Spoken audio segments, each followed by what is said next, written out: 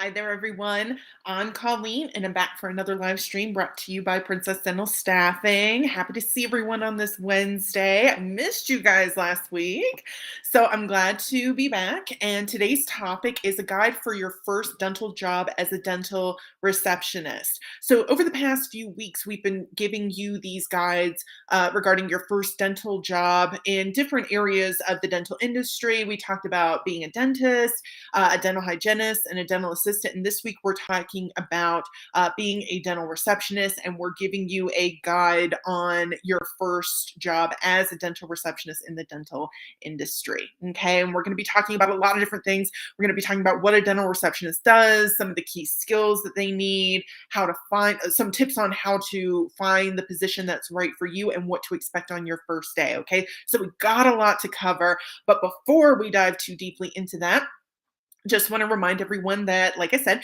these streams are brought to you each week by Princess Dental Staffing, which is an online dental job board. So if you have some time today, you can take a look at princessdentalstaffing.com and see what positions they have in your area. Okay, we're talking positions for dental receptionists, dental assistants, dental hygienists, and dentists in a lot of different areas: full-time, part-time, temporary, and permanent roles. Okay, so you can hop on there today, princessdentalstaffing.com, and see what positions they have available in your area. It's also really easy to create a profile and get your information in front of hiring managers. And you can check out their blog, which covers a lot of the same topics that we cover in these live streams as well. Speaking of these live streams, we bring them to you each week. Last week was an exception, but we bring them to you each week on Wednesday. So if you don't want to miss out on future streams, be sure to follow our page or subscribe to our channel. And if you have anything to contribute to the conversation, comment below. Any insights, thoughts, questions, comments, anything to add to the conversation, be sure to comment below. And if we couldn't get to your comment when the stream was live, we'll definitely respond as soon as possible. Okay? Alrighty, like I said, we got a lot to cover today. So let's go ahead and talk about dental receptionists. So what does a dental receptionist or a dental front desk staff professional do exactly? Let's start off by talking about that. Well, some of the typical things that you can expect to do if you are thinking about or currently in a dental receptionist or dental front office role are things like greeting clients as they enter the office and registering them for appointments, making appointments and managing dentist schedules, responding to patient and insurance company emails, calls, voicemails, and all those sorts of correspondences, adding paper files to a database, helping with billing and insurance claims, assisting clients with basic inquiries or issues regarding the dental office, where to be, where to go, all those sorts of things, controlling stock levels and placing additional supply orders as necessary, keeping the front office and lobby clean. That's definitely an important one. You always want to make a great impression to your patients. Sending bills, medical documents, and business correspondence via mail, maybe via fax, maybe via email, and all of those sorts of things. Now, each role in each office is going to be a little bit different, but generally those are sort of the common job duties that you can expect to do as a dental receptionist. Okay, and with that in mind, with all of those sorts of duties in mind, let's talk about the 6 skills that you really need in order to do a great job as a dental receptionist. Okay, number one, interpersonal skills. Well, that just makes sense, right? You're dealing with a lot of patients on a regular basis, right? And then of course you're also working with your coworkers. So interpersonal skills go a long way to building those positive relationships and the trusting rapport. Okay, detail orientation. You're working with a lot of medical and dental information, documents, bills, insurance, and all those sorts of things. Number 3, customer service skills. You got to be able to know how to help your customers, your patients. Okay. 4, professionalism. You're one of the first people that patients and clients see when they come through the door. So you definitely want to make sure that you know how to present professionally, right? Number 5, computer skills, right? A lot of these records and documents, etc., are going to be done on the computer, right? So you need to have those skills to be able to navigate all those different systems and make sure that you are completing these documents and submitting documents, et cetera, effectively and correctly and accurately. And lastly, number 6, organizational skills, right? So again, you've got, you're working a lot on the computer, you're working a lot with people in front of you, you're working a lot with maybe even paper documents as well, answering a lot of different correspondence coming in from a lot of different areas, computer, maybe even fax, snail mail, all those sorts of things. Okay. So you need to be organized, have everything, make sure that everything has a place and that everything is in its place so that you can get to it quickly and you can streamline those operations and work effectively. Okay. Alrighty, so now that we've talked a little bit about what a dental receptionist does and the key skills that you need in order to do a great job as a dental receptionist, let's talk about how to find a dental receptionist job that works with you. Excuse me. Number 1, locate the most appropriate dental receptionist job for you. Okay. So there are a few different things to consider here. And we've kind of gone over some of these other items as well in previous streams when we're talking about finding roles as like a dentist, a dental assistant, and all those sorts of things. But location is definitely a big one, right? Location, location, location. If you're open to location, you definitely want to do a little bit of research, take a look at cost of living in different areas. You want to take a look at what the demand looks like, what average pay is in the specific location that you're looking in. Okay, so you're going to want to do a little bit of research if you're open to the location. Okay, but if you're just one central location, definitely do a little research anyway, just so you know what you can expect as a dental receptionist, what to be paid, and those sorts of things. You also want to investigate the benefits and total compensation package. Okay. Compensation doesn't just come in the form of your salary. There are other benefits that can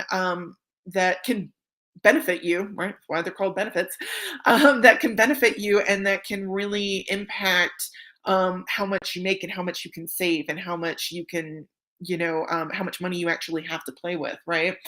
In terms of salary. So things like 401k matching, FSA, HSA contributions, and those sorts of things. Those tuition reimbursement, maybe training programs, and all those sorts of things. Okay, so definitely take a look at that very carefully. And see what benefits there are.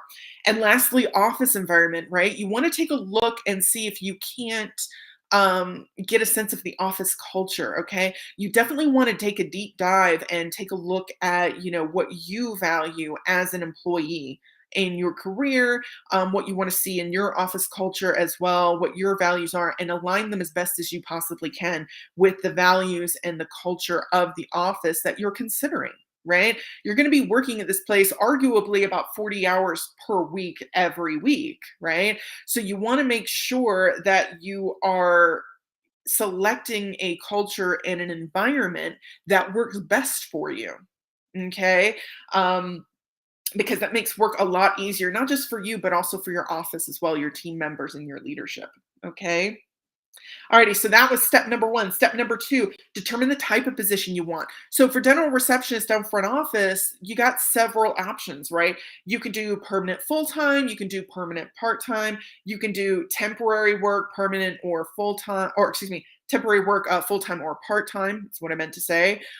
You might even be able to do a combination therein, such as, permanent part-time and maybe temp on the side to get a little bit of extra income coming in. Okay.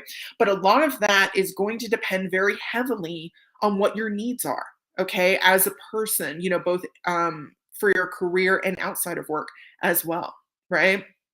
So, take a look at, what your needs are, and that's going to help you determine, what type of position you're going to be looking for and you're going to be actively pursuing.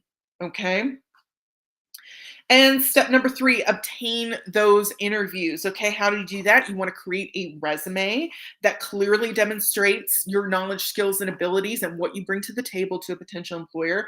You're going to want to construct a cover letter. You're going to want to tailor each one of those to the position that you apply for. It is tedious and it is time consuming. I recommend that you do it anyway. It gives you a better outcome of being invited to the interview process and moving through the application process. Okay.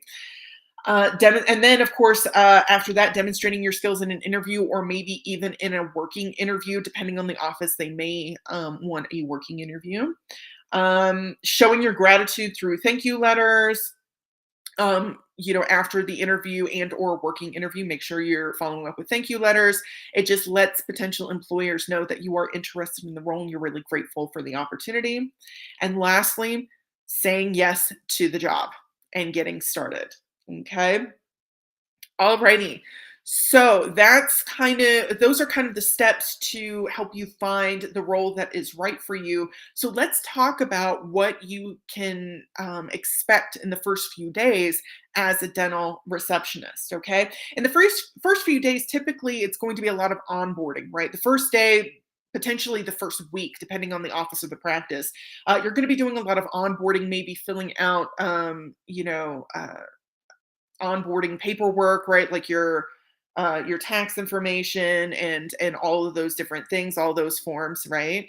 Um, Maybe even reading through training and work materials, right? Maybe employee handbooks and things like that. Going over the daily routine, front and back office flow. Going over the values, mission, and culture of the practice, perhaps. Um, Responsibilities of the job description and talking about what is expected of you as an employee, as a dental receptionist. A timetable for achievements of milestones and, if necessary, performance evaluations. Again, that depends very heavily on the practice and their processes itself. And knowing who will provide training and answers to specific questions or in specific areas. Okay, so those are some of the things that you can kind of expect to engage with or in within the first day, maybe the first week. Okay, of starting a new role. Okay.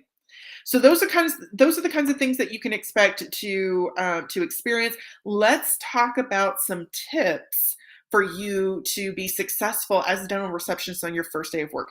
Tip number one, prepare to learn a lot. Again, so I went over all those things that you can kind of expect in the first day or the first week, right? Going over like maybe employee handbooks, filling out a ton of paperwork, necessary paperwork, but a ton nonetheless, right? Going over a lot of training, reading materials, all those sorts of things. You're going to absorb a lot of information. Okay. So you're definitely going to want to prepare to learn a lot of information. So, however you best learn information, if you write things down, or if you just remember, or if you just make little notes to yourself, all those sorts of things, however you learn best, that is the method that you want to employ, okay, in order to be prepared to learn a lot of information, okay? Number two, show up early. Okay, 15 minutes is kind of the rule of thumb in terms of showing up early. You want to show up about 15 minutes early on your first day. It shows your new employer and your coworkers and your team members that you are there and that you are ready to work and that you're excited about this opportunity, right? And it also gives you a little bit of extra time to kind of familiarize yourself with the office and with the layout and all of those sorts of things. And it gives other people, your coworkers, etc., the opportunity to provide you with information before they get too busy and kind of like mire down in the bustle, right? In the daily bustle. Early is on time. Yeah, Heidi. I've definitely heard that before. If you're 15 minutes early, you're on time. If you're on time, you're late. Have you ever heard that one? Yeah, so definitely your first day, you want to show up about 15 minutes early. Absolutely. And you will be on time. Number three, create a list of questions. So again, as the day progresses, okay, it may get kind of busy, right? It may get a little bit, hustle and bustle, right? So you may want to consider creating a list of questions because again, you're going to be absorbing a lot of information. So you're likely going to have a lot of questions the more information that you receive.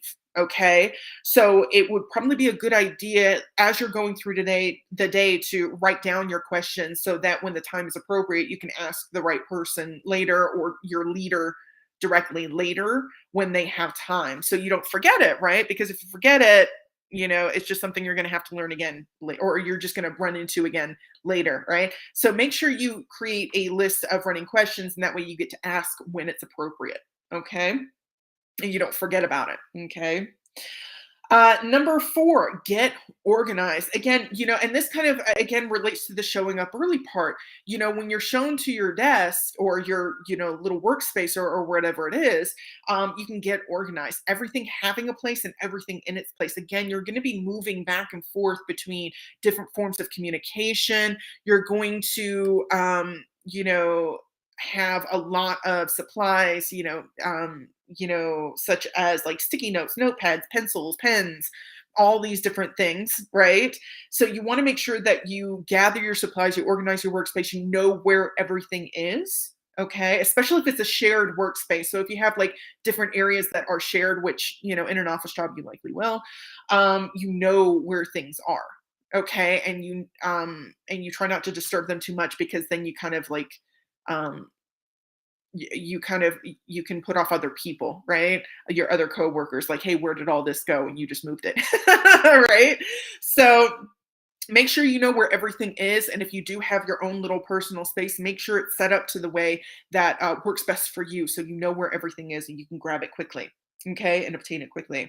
Number 5, master dental office technology and tools. Okay, so you're going to have a lot of technology and tools that you're going to be working with in a dental office. So it's a good idea beforehand, if you can, to kind of brush up on those skills if you haven't used them in a while or if you haven't learned about them recently. Um, so come as prepared as possible. And if you have any questions, again, ask. If you can't ask right away, make sure you write the question down and ask it later. Okay. But you definitely want to take the time to learn how these different processes and tools and technologies are set up, so that you know where to go, when, and how to take care of things. Okay. Number 6, use positive body language. Again, you're going to be interacting not just with your coworkers, but with a very diverse set of patients. Okay. So make sure you're using positive body language, because, using positive body language can make you come across as approachable and friendly and engaging. Okay. So things like sitting or standing up straight, shoulders back, facing the person that is speaking to you, making contact, smiling, and just generally being pleasant and using that positive body language to come off as very professional. Okay. Number 7, ask about professional expectations. Okay. So, again, this is usually part of the onboarding process. So, you're probably going to go over this information anyway at some point. But if you don't, or if you have, you may have extra questions about it, like extra info, like other details that maybe you're just not that clear on. Make sure that you ask about those things. For example, if you're answering the phone a lot, okay, generally offices have kind of a rule of thumb on what ring to answer the phone on, right? So you want to answer the phone on the first ring, the second ring, the third, or by the third ring, or something like that. So, just one example, right? So make sure you know what your professional expectations are, kind of what the unwritten rules are in the office, so that you learn them. Okay. And lastly, number 8, be ready for anything. And I know that's kind of a catch-all, right? That's kind of vague, but do your best to be prepared. Okay. Um, an ounce of prevention equals a ton of cure. Okay, if you guys have ever heard that phrase before. So be as prepared as possible. For example, when you are getting dressed and getting prepared to go to your job and attend your first day, make sure that you're dressing in a way that is that is conducive to the type of work you're going to be doing. For example, you want to kind of stay away from a lot of jewelry, right? You don't want like a lot of bracelets and stuff if you know you're going to be typing a lot. You probably don't want really bigger earrings if you know you're going to be answering the phone, and that kind of thing. I mean, you never know. You don't know until you get there if you're going to have a headset or something like that. And if you're constantly on the phone like this and you get really big earrings in, that can hurt. maybe bringing a cardigan. You never know what the office temperature is going to be, or like a jacket or something like that. You never know what that's going to be. Maybe bringing an extra pen or pencil with you, or um, those sorts of things. So be as prepared as possible and be ready for anything. Okay, so just some tips there. Okay, and then one last bonus tip. Okay, some planning and a healthy dose of self-assurance can go a long way to making an excellent first impression and having an excellent first day at your new job. Okay, and really making a great impression on your coworkers, your leadership, and the office in general. Okay, so, and also remember that your career will consist of much more than just this one day. So if there are any missteps that are made, don't worry about it. You still have time to correct those and to learn from them. This is the first day to about the first week is a learning experience. Okay, you're learning how to do the job well. So don't be too harsh on yourself. Do your best, and it'll all work out. Okay. All right, so that is our comprehensive guide for your first day as a dental receptionist. Well, really, your first dental job as a dental receptionist, talking about what you can be doing, some of the skills that you need, how to find the job that's a right fit for you, and some of the tips for your first day slash first week in your first role. Okay, so thanks for being here with me today, everyone. I'll be back next week with a new topic discussing your career in the dental industry.